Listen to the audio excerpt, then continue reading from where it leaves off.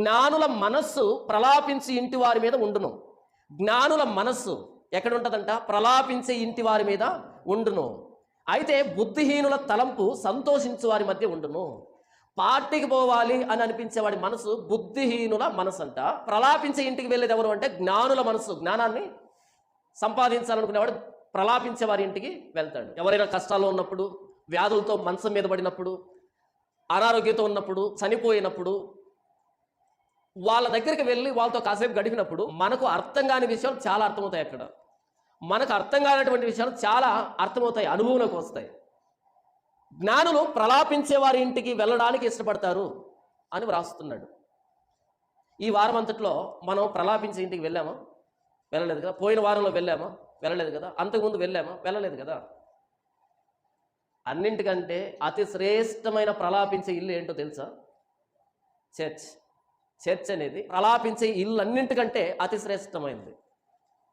ఒక వ్యక్తి మరణించినప్పుడే వాడు మంచివాడా చెడ్డవాడా? ఒక వ్యక్తి మరణించినప్పుడే ఆ శవము నుంచి మనం చాలా విషయాలు నేర్చుకుంటామని జ్ఞాని అయిన సొలొమోను చెబితే, ఎలాంటి చెడుతనం లేనటువంటి, ఎలాంటి కల్మషం లేనటువంటి, పరిశుద్ధుడైనటువంటి దేవాది దేవుడు నరావతారిగా వచ్చినటువంటి ప్రభువైన యేసుక్రీస్తు వారు మరణించాడు మన పాపాల కోసం అని చెప్పేటువంటి ఈ ఇంటికి వచ్చినప్పుడు ఇంకెంత జ్ఞానులం అవుతాము.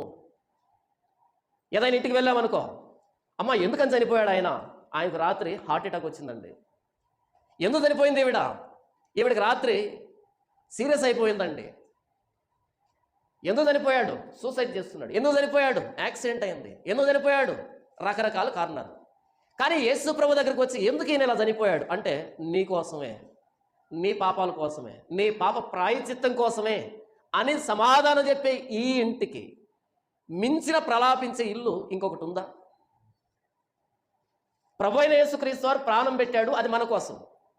ఈయన ప్రాణత్యాగం గురించి ఆలోచించే దానికంటే శ్రేష్టమైన ఆలోచన ఇంకెక్కడ మనకు రాదు. అలాగని మిగిలిన ప్రలాపించే ఇంటికి వెళ్ళకూడదా అంటే వెళ్ళొచ్చు, కానీ అన్నింటికంటే శ్రేష్టమైన ప్రలాపించే ఇల్లు ఇదే. దీని గురించి అపోస్తలుడైన పౌలు కొరింథీయులకు రాసిన 2వ పత్రిక 5వ అధ్యాయం 14వ వచనం నుంచి, క్రీస్తు ప్రేమ మమ్మును బలవంతం చేయుచున్నది. ఎలాగనగా అందరి కొరకు ఒకడు మృతి పొందెను, కనుక అందరూ మృతి పొందితురనియు, జీవించు వారి మీదట తమ కొరకు కాక తమ నిమిత్తం మృతి పొంది తిరిగి లేచిన వారి కొరకే జీవించుటకు ఆయన అందరి కొరకు మృతి పొందిననియు నిశ్చయించుకొనుచున్నాము. క్రీస్తు ప్రేమ మమ్మల్ని బలవంతం చేస్తుంది. ఏంటా బలవంతం అంటే, ఎలాగనగా అందరి కొరకు ఒకడు మృతి పొందిన కనుక అందరూ మృతి పొందిననియు, జీవించు వారికి మీదట తమ కొరకు కాక తమ నిమిత్తం మృతి పొంది తిరిగి లేచిన వారి కొరకే జీవించుటకు ఆయన అందరి కొరకు మృతి పొందినని నిశ్చయించుకొనుచున్నాము. ప్రభువైన యేసుక్రీస్తు వారు మనందరి కోసం ప్రాణం పెట్టాడంట. మనందరి కోసం ప్రాణం పెట్టాడంటే మన కోసం ప్రాణం పెట్టిన వాడి కొరకు మనమంతా బ్రతకాలి అనే సందేశం కదా. కాబట్టి జ్ఞాని అయిన సొలొమోను ప్రలాపించే ఇంటికి వెళ్ళడం మంచిదన్నాడు.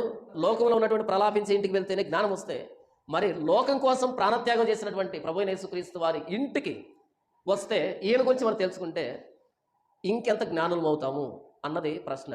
ఈరోజు సంఘాలు, చర్చిలు ప్రలాపించే సంఘాలుగా ఉన్నాయా, సంతోషపెట్టేటువంటి సంఘాలుగా ఉన్నాయా అన్నది ప్రశ్న.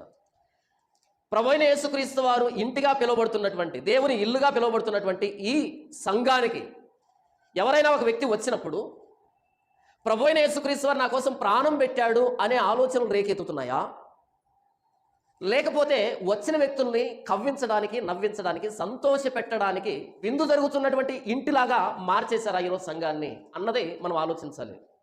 మీకు ఒక చిన్న సందర్భాన్ని చూపెడతాను.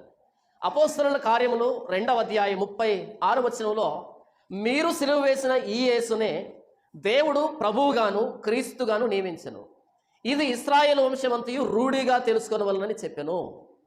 వారు ఈ మాట విని హృదయంలో నొచ్చుకొని, సహోదరులారా మేమేమి చేతుమని పేతురును కడమ అపోస్తలులను అడుగగా, అపోస్తలుడైన పేతురు మీరు సిలువ వేసిన ఈ యేసునే, అక్కడికి వచ్చిన వాళ్ళు యేసు ప్రభు సిలువ ఎక్కించలే, వాళ్ళు పెంతెకోస్తు పండగకి వచ్చారు. పెంతెకోస్తు పండగకి రకరకాల ప్రాంతాల నుంచి వచ్చినటువంటి యూదులు వాళ్ళతో పేతురు అంటున్నాడు, మీరు సిలువ వేసిన ఈ యేసునే. ఎవరు సిలువ ఎక్కించింది? మీరు సిలువ వేసిన ఈ యేసునే. ప్రభువైన యేసుక్రీస్తు వారి సిలువకి నా పాపానికి నేరుగా సంబంధం ఉంది అని అర్థమైనప్పుడే నాకు భయం అనిపిస్తుంది.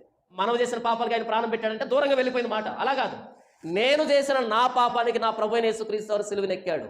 నా దగ్గరకు వచ్చిన వార్త ఎప్పుడో 2000 సంవత్సరాల క్రితం ప్రాణం పెట్టిన ఆయన ప్రాణత్యాగం. ఎందుకంటే నేను చేసిన పాపాన్ని బట్టి, నా ప్రతి పాపాన్ని బట్టి, నా ప్రతి మూర్ఖత్వపు ఆలోచన బట్టి ఆయన సిలువ మీద ప్రాణం పెట్టాడు.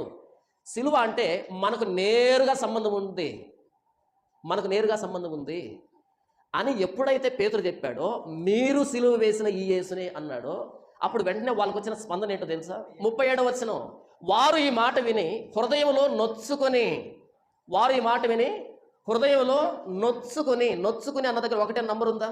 కింద ఏముంది? హృదయంలో పొడవబడి.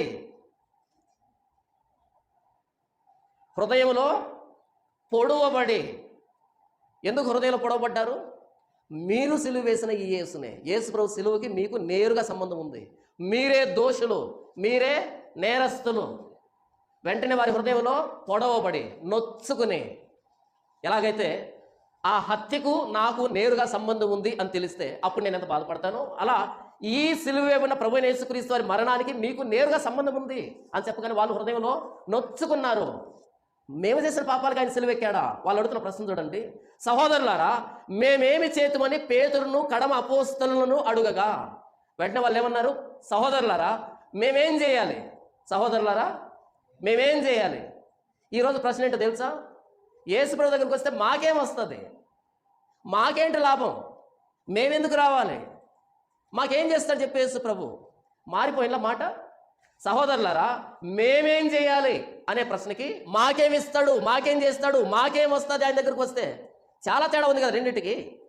పేతురు యేసు ప్రభు సిలువెక్కడానికి కారణం నేరుగా మీరే, మీ పాపాలకే. మీరు చేసిన ప్రతి పాపానికి యేసు ప్రభు సిలువెక్కాడు. మన దోషములను బట్టి ఆయన నలగొట్టబడ్డాడు. మన సమాధానార్థమైన శిక్ష ఆయన మీద పడింది. మన అతిక్రమాలను బట్టి ఆయన గాయపరచబడ్డాడు.